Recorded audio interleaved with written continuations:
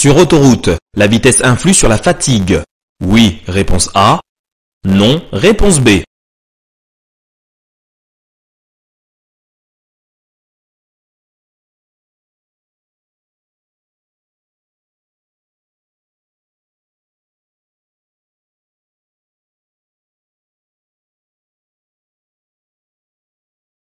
Rouler vite influe particulièrement sur la fatigue, car cela vous demande une concentration plus élevée et l'effet de défilement du paysage augmente ce ressenti. La seule solution efficace pour lutter est de faire des pauses régulières, un quart d'heure toutes les 2 heures au minimum. Réponse A. Parmi les piétons, les principales victimes d'accidents mortels sont les jeunes de moins de 10 ans. Réponse A. Les 14-25 ans. Réponse B. Les plus de 65 ans. Réponse C.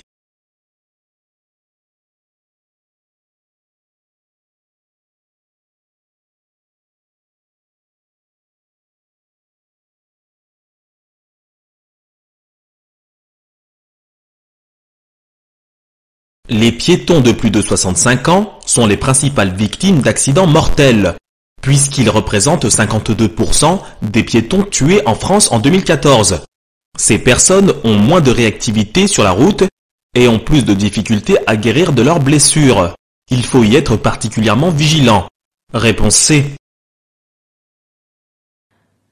Suite à un accrochage avec très peu de dégâts apparents sur mon véhicule, il est utile de remplir un constat amiable. Réponse A. Je demande simplement les coordonnées de l'autre conducteur. Réponse B.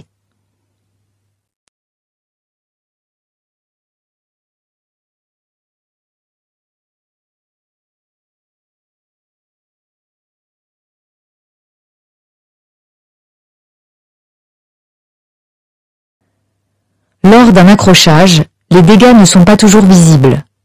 Par exemple, le véhicule derrière moi m'a percuté au moment du démarrage.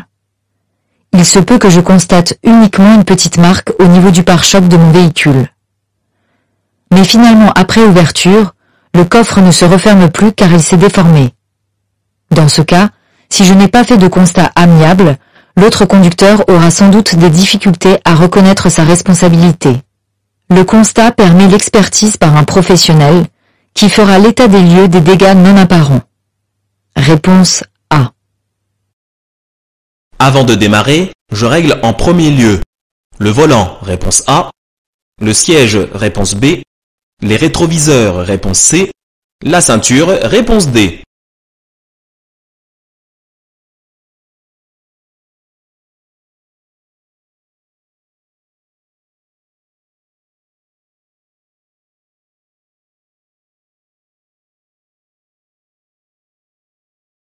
Lorsque vous vous installez au poste de conduite, vous devez être correctement positionné pour conduire de manière efficace et sans fatigue. En premier lieu, vous devez régler votre siège, hauteur par rapport au pare-brise, puis profondeur par rapport au volant. Ensuite seulement, vous réglerez le volant, puis les rétroviseurs. Une fois libéré de tous ces réglages, vous terminez par la ceinture. Réponse B. Je peux tourner à gauche à la prochaine intersection. Oui, réponse A. Non, réponse B. Je peux continuer tout droit. Oui, réponse C. Non, réponse D.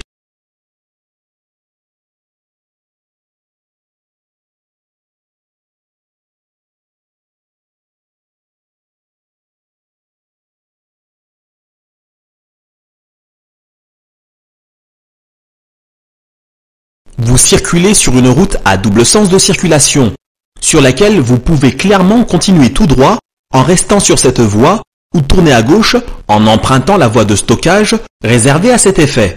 Si vous allez vers la gauche, vous devez vérifier dans votre rétroviseur qu'aucun véhicule ne soit en train de vous dépasser, même si c'est interdit à cet endroit. Vous devez ensuite informer de votre intention en mettant votre clignotant, puis vous serrez sur la gauche dans la voie de stockage correspondant à votre choix. Réponse A et C. Je conduis. Mon enfant pleure. Mon passager arrière peut le prendre sur les genoux dans tous les cas. Oui. Réponse A. Non. Réponse B. s'il met la ceinture de sécurité par-dessus mon enfant? Oui, réponse C. Non, réponse D.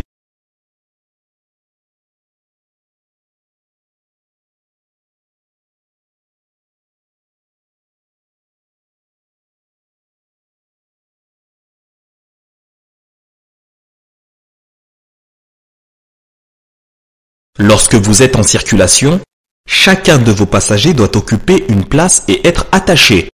Vous ne pouvez en aucun cas laisser un enfant s'installer sur les genoux d'un adulte, même s'ils mettent la ceinture de sécurité. La ceinture n'est efficace que pour un passager à la fois et en cas d'accident, les risques de blessures graves seraient importants. Réponse B et D. La profondeur minimale des rainures sur des pneus doit être de 1,6 mm, réponse A, 2,6 mm, réponse B. Lorsque la gomme atteint les indicateurs d'usure, je dois. Réponse C, gonfler les pneus, réponse D.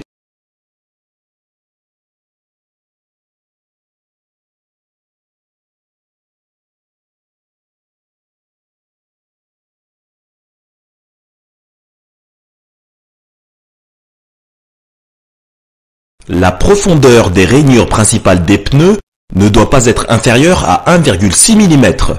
Cette information vous est donnée par les indicateurs d'usure, repérables par des symboles présents sur le flanc du pneu. Si la gomme a atteint ce minimum, vous devez impérativement changer les pneus de votre véhicule. Réponse A et C.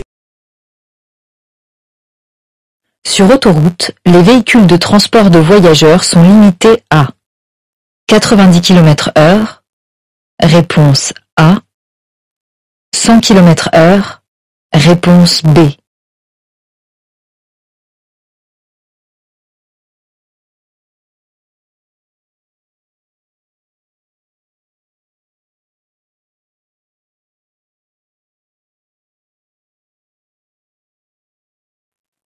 Les véhicules de transport de voyageurs sont limités à 100 km/h sur l'autoroute. Les poids lourds, quant à eux, sont conçus pour ne pas dépasser 90 km/h. Réponse B. Avoir un taux d'alcoolémie à 0,8 g par litre de sang constitue un délit. Oui, réponse A. Non, réponse B.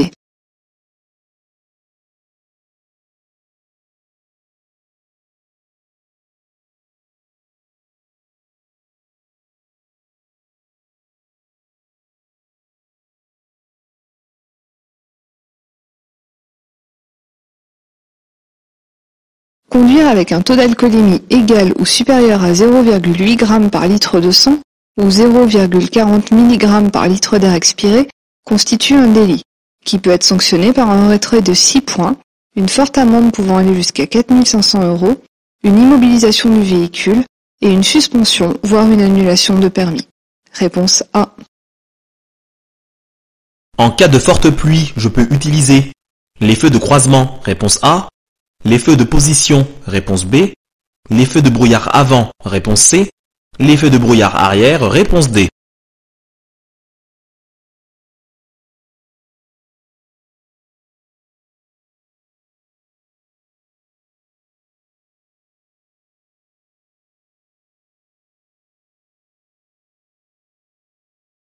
Lorsqu'il pleut, la visibilité est réduite. Pour essayer de pallier à ce problème, mieux vaut alors utiliser les feux les plus adaptés. Les feux de croisement sont particulièrement conseillés et peuvent être complétés par les feux de brouillard avant. Par contre, vous ne devez en aucun cas mettre les feux de brouillard arrière. Non seulement ils ne vous aideraient pas à mieux voir, mais en plus, ils éblouiraient fortement les usagers arrivant derrière vous. Les feux de position ne sont pas suffisants dans cette situation. Réponse A et C.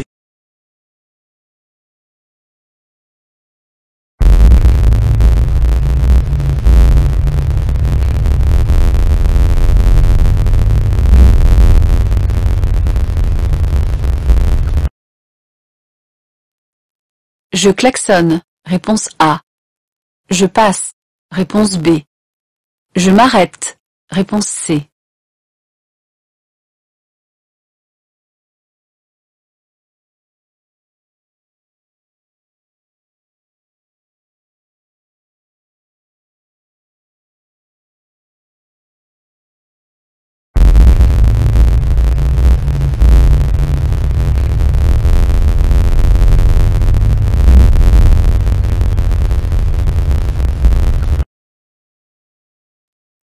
En agglomération, je klaxonne uniquement en cas de danger immédiat. Cette piétonne était visible suffisamment tôt pour pouvoir anticiper. Elle ne représente un danger immédiat pour personne. Je ne klaxonne donc pas. Une piétonne est une usagère vulnérable. Je dois la protéger. Si je passe, sa zone d'incertitude risque de rentrer en contact avec la mienne. Je peux m'arrêter en toute sécurité. Je la laisse donc achever sa traversée. Réponse C. Je désactive l'airbag passager si je transporte à l'avant un bébé dos à la route. Oui, réponse A. Non, réponse B. Un enfant de 8 ans sur un rehausseur. Oui, réponse C. Non, réponse D.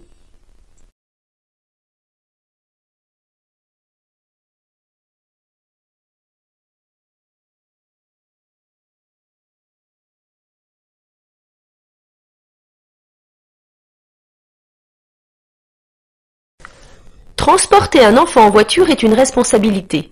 Il est impératif d'assurer sa sécurité le mieux possible. En cas d'accident, un enfant non attaché encourt des risques de très graves blessures, voire de mort. Pour cette raison, vous devez respecter les normes de sécurité.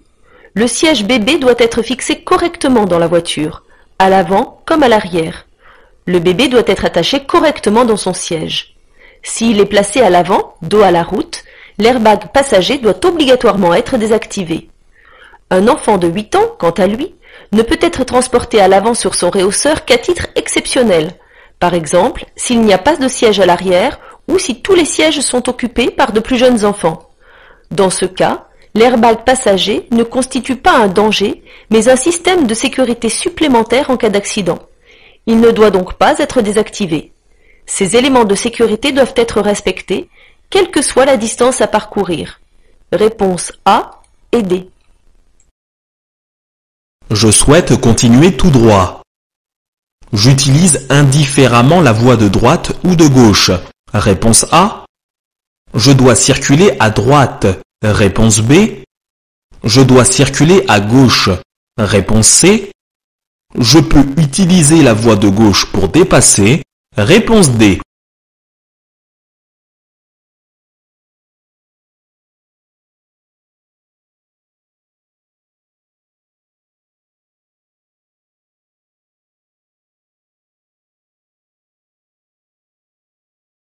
Vous circulez sur une route à 2 voies de circulation, comme l'indique le panneau de signalisation. En France et en marche normale, la règle est de rouler à droite. Vous devez donc rester sur cette voie. Mais vous pouvez utiliser la voie de gauche en cas de dépassement. Vous pourriez également y circuler en cas d'encombrement de la voie de droite, ce qui n'est pas le cas ici. Réponse B et D. Je veux aller tout droit. Dans cette situation, je passe. Réponse A. Je cède la priorité à droite. Réponse B. Je ralentis. Réponse C.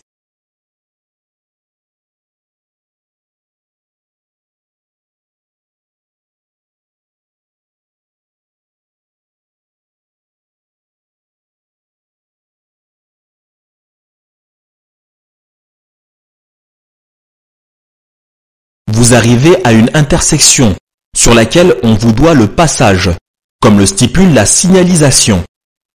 Vous pouvez donc passer tout en ralentissant en vous assurant que le conducteur de droite vous ait bien vu, afin d'éviter toute ambiguïté. Réponse A et C. Je circule dans une route à sens unique. Oui, réponse A. Non, réponse B.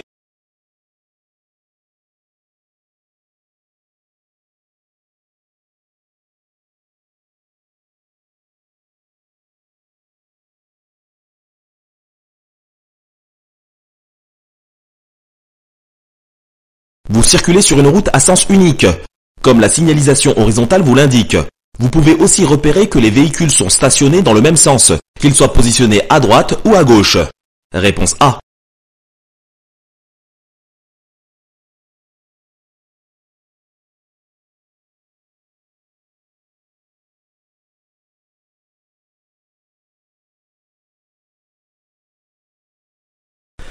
Je klaxonne. Oui, réponse A. Non, réponse B.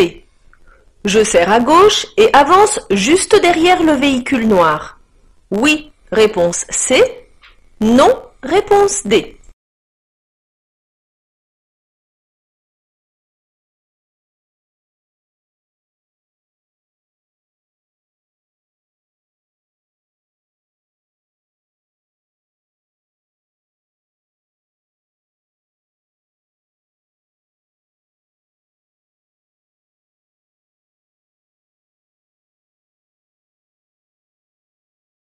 Vous circulez en agglomération dans une rue à sens unique de circulation.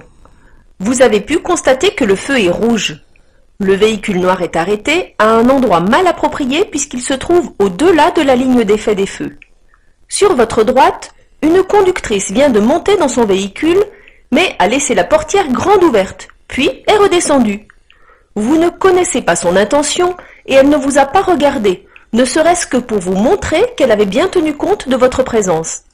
La zone d'incertitude qu'elle représente est élevée. Klaxonner ici est interdit, car il n'y a pas de danger immédiat, puisque vous êtes vigilant. Ne cherchez pas non plus à avancer plus. Attendez ici et observez son comportement. Soyez patient et ne prenez pas de risques avec cet usager vulnérable. Réponse B et D. Le compte-tours se trouve sur la gauche, réponse A. Sur la droite, réponse B. Il est utile pour changer de vitesse au bon moment. Oui, réponse C. Non, réponse D.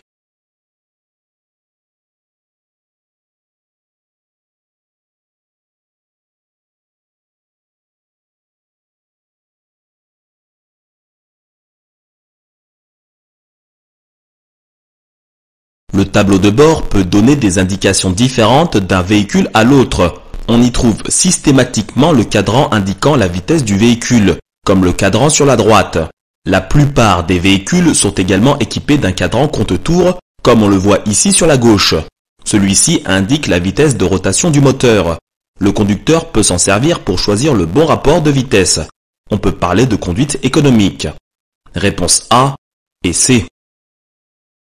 Je circule sur une autoroute. Réponse A. Sur une route à accès réglementé. Réponse B.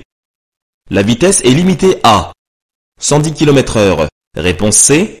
130 km/h. Réponse D.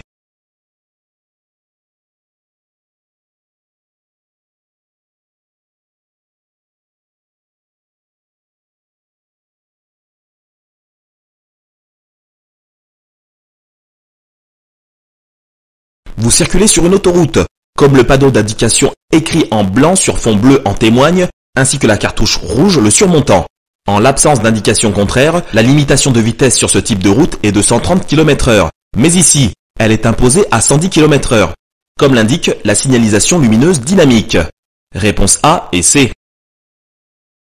En ville, 50% des usagers sont seuls dans leur véhicule. Oui, réponse A. Non, réponse B.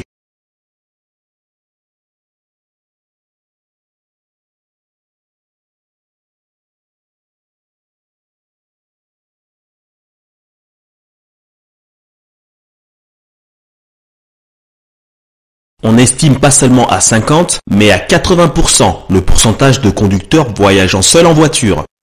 Pollution, encombrement des routes, prise de risque, les inconvénients sont majeurs. L'utilisation de solutions alternatives telles que l'autopartage, le covoiturage ou les modes doux devient indispensable. Réponse B.